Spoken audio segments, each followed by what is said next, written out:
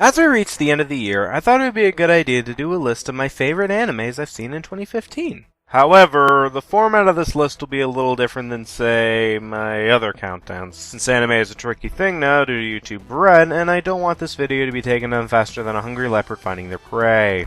But if you guys don't like this format, please let me know and I'll try something else. As for the rules, here's a couple. If I did see an anime and its next season was another show, I will include that with the original anime because it'd be a little unfair to have two shows from the same franchise as separate entries on the list, when that other entry could be me talking about an anime from a different franchise. Also, I have to have seen more than one episode of an anime for it to qualify, so Code Geass is not going to be on this list. Maybe next time. Alright, with that said, let's rock it! Also, obvious spoiler alert is obvious.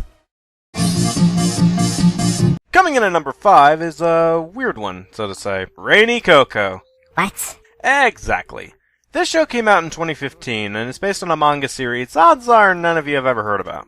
But, since the first season's episodes were incredibly short, I thought, neat, this is going to be like Italia. And it was, if you dug out the countries, the catchy music, and a lot of the good comedy. But for what it's worth, I wasn't bored by it, and some of the comedy was decent. Though those gold nuggets usually came from either Ryota or Aoi. There's not really much of a story, though. It's just random snippets of the characters at this cafe doing things. Animation is decent, though some of the character designs look odd. Looking at you, Shion, and your freaky eyebrows. I like the theme song, I like some of the characters. Plus, like I said earlier, the first season episodes are pretty short. They're like 2 minutes long. So even if it's not that great to you, you'll finish season 1 in like half an hour. So, yeah, if you got time to kill, give this one a shot.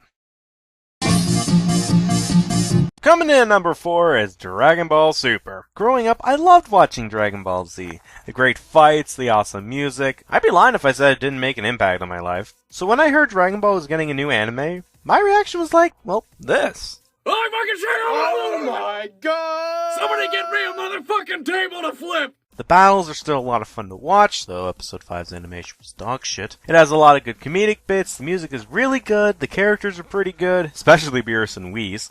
And I think the way they adapted the Battle of Gods and Resurrection F films into story arcs was handled pretty well. Sure, it's not as well animated as the films, but that's to be expected when comparing shows and films. When it comes down to it, of course films are going to get a better budget than, say, their small screen counterparts. Plus, aside from that infamous episode, I think the animation is pretty solid after that point. It's also great to see most of the old Japanese voice actors come back and voice their characters. These guys have been voicing these characters in Japan for almost 30 years. That is dedication. I wish they could dub it into English, though.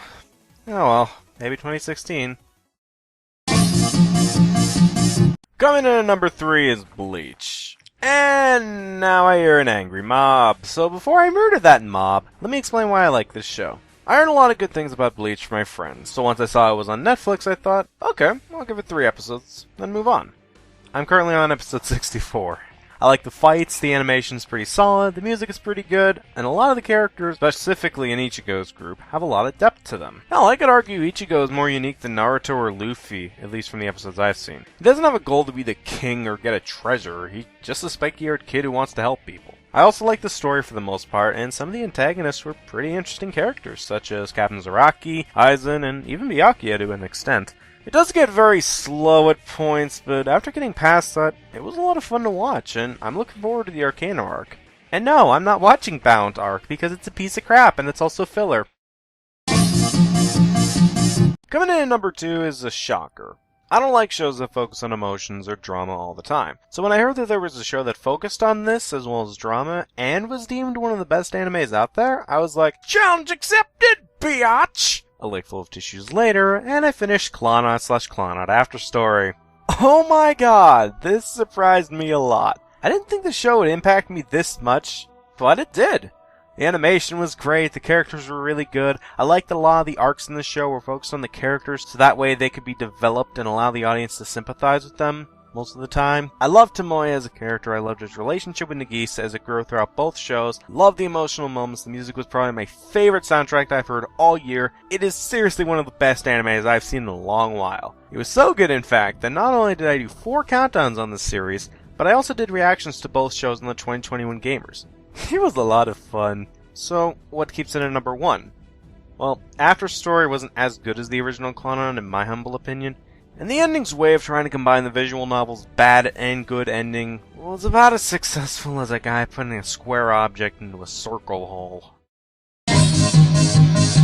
Here we are, guys, my number 1.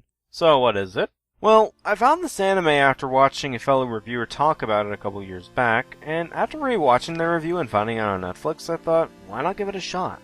Best decision I made, because number 1 is Gurren Lagann. Much like Clawknot, I didn't expect this anime to impact me this much. Sure, I'm not gonna go around and preach their shit, but it certainly did make me feel something. I loved Simon's character arc, going from a guy trying to be Kamina to eventually being his own person. Seeing that kind of reminded me a bit of myself, since when I first started doing these videos, I tried being like Fawful's minion, and then I eventually got past that and became my own person. I love the other characters as well. I loved Yoko, I loved Kamina, Kitan was a lot of fun, Nia was a great character, and her relationship with Simon was handled pretty well. The battles were really good, as well as a lot of fun to see. I love the comedic bits, and while it may not have a deep-ass story, the amount of fun I had with this show made up for that. That, and the music was incredibly catchy. Sure, the second season kinda bugged me a bit, friggin' anti-spiral Neo. And the ending where Nia dies did bug me a lot.